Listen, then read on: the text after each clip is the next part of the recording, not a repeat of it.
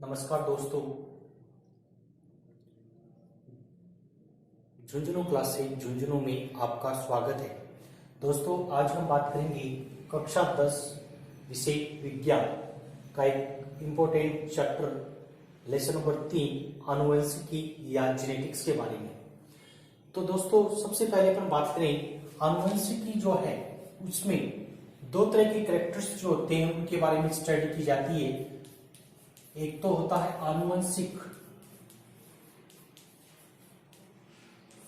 लक्षण और दूसरे कैरेक्टर होते हैं वो होती है विभिन्नताएं।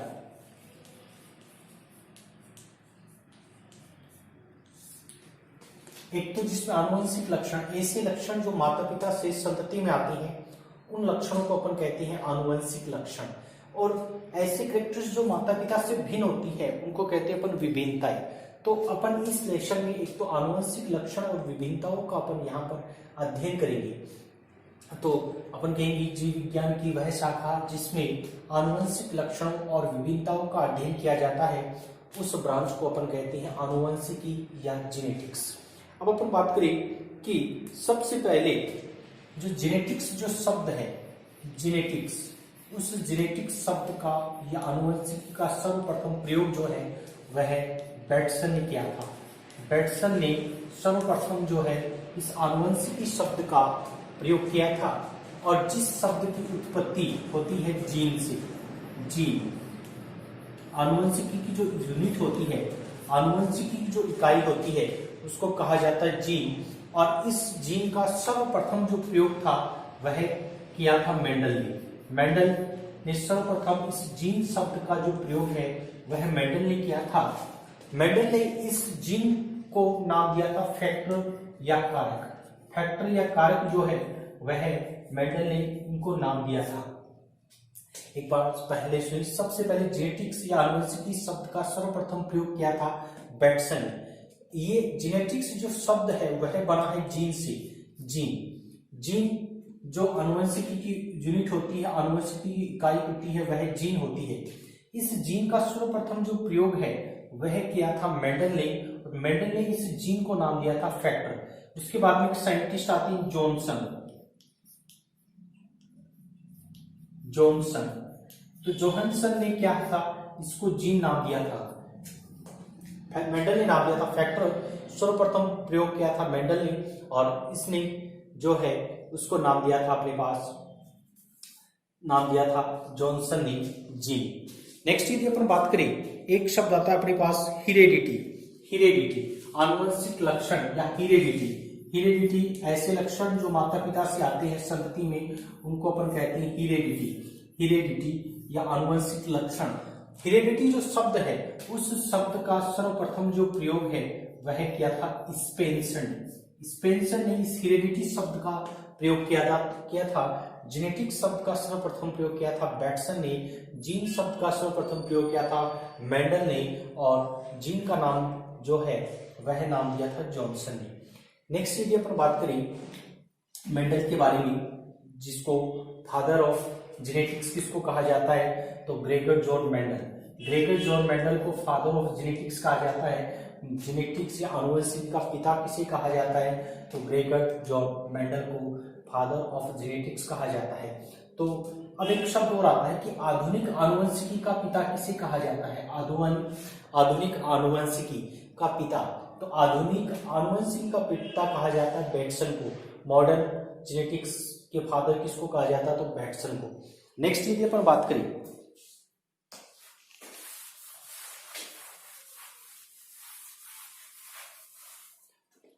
तो हम बात करेंगे मेंडल के बारे में।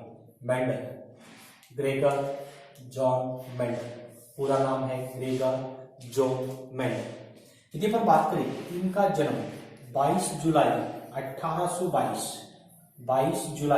1822 में एक कंट्री है जिसका नाम है ऑस्ट्रिया के एक हिजेनड्रोक प्रांत में इनका जन्म होता है। ऑस्ट्रिया के हिजेनड्रोक प्रांत के सेलिसियन जो ग्राम है उसमें इनका जन्म होता है। और लगभग 20 साल की उम्र में, यानी 1842, 20 साल की उम्र में ये जो है फिलोसॉफी से जो एमए या मास्टर डिग्री प्राप्त कर लेते हैं, उसके बाद में उन्होंने 1843 में ब्रून शहर, ऑस्ट्रिया का एक शहर है ब्रून, और उस ब्रून शहर में चर्च में पादरी का काम करते हैं। 1843 में ये ऑस्ट्रिया के एक ब्रून शहर में चर्च में पादरी का काम करते हैं, और वहां पर एक उद्यान या बगीचा होता है, उस उद्यान में मटर के पौधे पर काई करने लग जाती है। उद्यान मटर, काफी बार क्वेश्चन पूछा जाता है कि उद्यान मटर या उद्यान मीठी मटर का वानस्पतिक नाम क्या होता है, या मटर का वानस्पतिक नाम क्या होता है, तो अपन को याद रखना पाइसम सेटाइवम। तो मेंडल ने किस प्लांट पर काम किया, तो मेंडल ने उद्यान मीठी मटर पर या आप लिख सकते हैं पाइसम सेटाइवम पर कार्य किया। और इन्होंने कार्य करते वक्त 1865 में उन्होंने अपने जो निष्कर्ष थे, जो उन्होंने इस पर कार्य कर रहे थे, उन्होंने ब्रून शहर की एक सोसाइटी होती है, उस सोसाइटी को अपने जो निष्कर्ष थे वो सौंपते हैं, और 1865 में ये पत्रिका में प्रकाशित होते हैं। और जब 1865 में मेंडल ने जब ये अपने निष्कर्ष इस सोसाइटी को दिए, तो इस पर विशेष कोई ध्यान नहीं दिया गया। फिर क्या होता है कि जब 1900 में यदि अपन बात करते हैं, लगभग इनके 35 वर्ष बाद में 3 साइंटिस्ट आते हैं। एक का नाम होता है हुगो डी ब्रिज,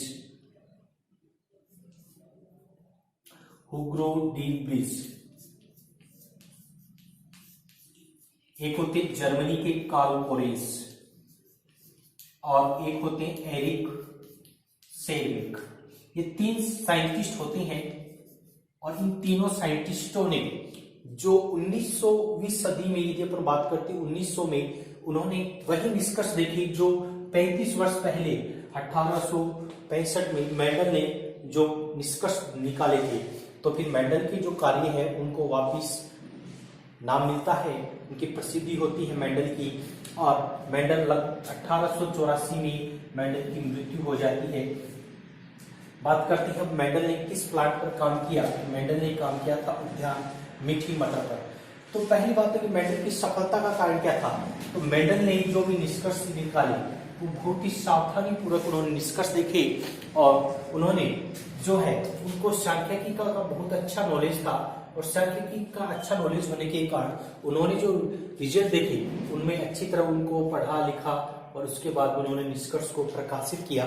नेक्स्ट यदि अपन बात करें तो मेंडल ने पहले एकल संकर संकरण पर ध्यान दिया, फिर द्विसंकरण पर, फिर त्रिसंकरण पर। उन्होंने लगातार एक निश्चित क्रम में, एक निश्चित ऑर्डर में लक्षणों को ध्यान दिया। नेक्स्ट यदि पर बात करें तो मेंडल के प्रयोग जो है उन्होंने सावधानी पूर्वक जो मटर जो है उस सावधानी पूर्वक मटर के पौधे पर काम किया और निष्कर्षों को ध्यान से पढ़ा। ये सारी जो कमियां थी जो मेंडल को एक ख्याति प्राप्त करने में सहायक हुई। बात करते मेंडल जो है, मेंडल ने किस प्लांट पर काम किया। तो मेंडल ने उद्यान मीठी मटर पर काम किया। अब मेंडल की जो उद्यान मटर का ही क्यों काम लिया, तो पहली बात तो ये होती है मटर का जो पौधा होता है वह 1 वर्षीय होता है, 1 ईयरली प्लांट होता है, 1 वर्षीय होता है। इस कारण से इसकी कई पीढ़ियों का सरलता से आप अध्ययन किया जा सकता है। तो 1 वर्षीय प्लांट। दूसरा यदि अपन बात करें, दूसरा यह है कि यह द्विलिंगी प्लांट होता है, बाइसेक्सुअल प्लांट होता है। द्विलिंगी प्लांट होने के कारण इसमें स्वपरागण या सेल्फ पोलिनेशन करवा सकते हैं। दूसरा, इसमें अपन जो है पर परागण या पर कृत्रिम परागण जो है वह भी सरलता से करवा सकते हैं। इसमें अपन जो है विपुंसन, इमल्सुएशन की प्रक्रिया है वह भी सरलता से करवा सकते हैं। ये सारी जो क्रियाएं थी जो मेंडल ने उद्यान मटर के लिए सिलेक्ट किया। और एक नेक्स्ट विशेष बात आती है कि मटर का जो पौधा होता है उसमें 7 विपरीत जो लक्षण है वो पाए जाते हैं। एक बार पुनः सुनते हैं मेंडल ने उद्यान मटर का पौधा क्यों सिलेक्ट किया। एक तो 1 वर्षीय होता है, दूसरा ये द्विलिंगी होता है, इस कारण से इसमें स्व परागण होता है। थर्ड है इसमें पर परागण भी सरलता से करवाया जा सकता है। इसमें विपोजिशन की प्रक्रिया करवाई जा सकती है। नेक्स्ट हम बात करें तो मेंडल ने के जो मटर का जो प्लांट था उसमें मेंडल ने 7 विप्रेसीय जो लक्षण है वो देखे थे। उन लक्षणों में अपन बात करें तो मेंडल ने 7 विप्रेसीय लक्षण जो हमारे बोर्ड पर लिखे हुए उन 7 विप्रेसीय लक्षणों का अध्ययन किया, जिसमें उन्होंने दोनों तरह के कैरेक्टर प्रभावी या डोमिनेंस और अप्रभावी या रिसेसिव जो लक्षण है उन दोनों का उसने चयन किया। सबसे पहला यदि अपन बात करें उसका जो विप्रेसीय लक्षण था वह था पादप की ऊंचाई, हाइट ऑफ प्लांट। उसमें प्लांट में प्रभावी जो होता है लंबा होता है, टॉल होता है, बोना जो होता है वह ड्राफ्ट होता है। दूसरा विप्रेसीय लक्षण देखा था पुष्प की स्थिति, पोजीशन ऑफ फ्लोर। तो इसमें एक एक्सिल होता है, कक्षीय होता है, दूसरा प्रकार का होता है अग्रस या टर्मिनल। थर्ड यदि अपन बात करें फली की आकृति, फली किस प्रकार की है तो वह फुली हुई भी हो सकती है और संकीर्ण भी हो सकती है। नेक्स्ट यदि अपन बात करें फली का रंग कैसा है तो इसमें हरा जो कलर होता है, ग्रीन जो कलर होता है वह डोमिनेंट होता है, प्रभावी होता है, जबकि पीला या येलो कलर जो होता है वह अप्रभावी या रिसेसिव होता है। नेक्स्ट यदि अपन बात करें पुष्प का रंग, पुष्प का रंग कैसा है तो पुष्प मुख्य रूप से यदि अपन बात करें बैंगनी या वायलेट जो है वह प्रभावी होगा और व्हाइट जो है वह रिसेसिव या अप्रभावी रहेगा। नेक्स्ट यदि अपन बात करें बीज की आकृति किस प्रकार की, गोलाकार या राउंड है या झुर्रीदार या व्रिंकल्ड है। नेक्स्ट बीज का रंग, बीज कैसा है, येलो या पीला या हरा या ग्रीन। तो इस प्रकार से मेंडल ने 7 विप्रेसीय लक्षण लिखे और इन 7 विप्रेसीय लक्षणों में संकरण करवाया और उससे संतति प्राप्त की। तो ये थे मेंडल की सफलता के कारण। मेंडल की सफलता के कारण पहला तो अपन ने मेरी बात की कि मेंडल ने ध्यान मटर का क्यों प्लांट सिलेक्ट किया। तो पहला तो मैंने बताया ये एक वर्षीय प्लांट होता है, दूसरा कि यह द्विलिंगी प्लांट होता है, थर्ड इसमें क्रॉस पोलिनेशन या अपन कहेंगे पर परागण जो है वह सरलता से करवाया जा सकता है। नेक्स्ट यदि अपन बात करें कि यह जो है इसमें 7 विप्रेसीय लक्षण जो है वो पाए जाते हैं। इन सारी जो है अच्छाइयों के कारण मेंडल ने उद्यान मटर का जो प्लांट है उसका सिलेक्शन किया। तो ये आज का इम्पोर्टेंट जो चैप्टर है, इम्पोर्टेंट टॉपिक है वो हमने पढ़ा है। नेक्स्ट टॉपिक में अपन जो है इसकी कुछ टर्मिनोलॉजी के बारे में बात करेंगे और एकल संकर संकरण जो है उसके बारे में बात करेंगे।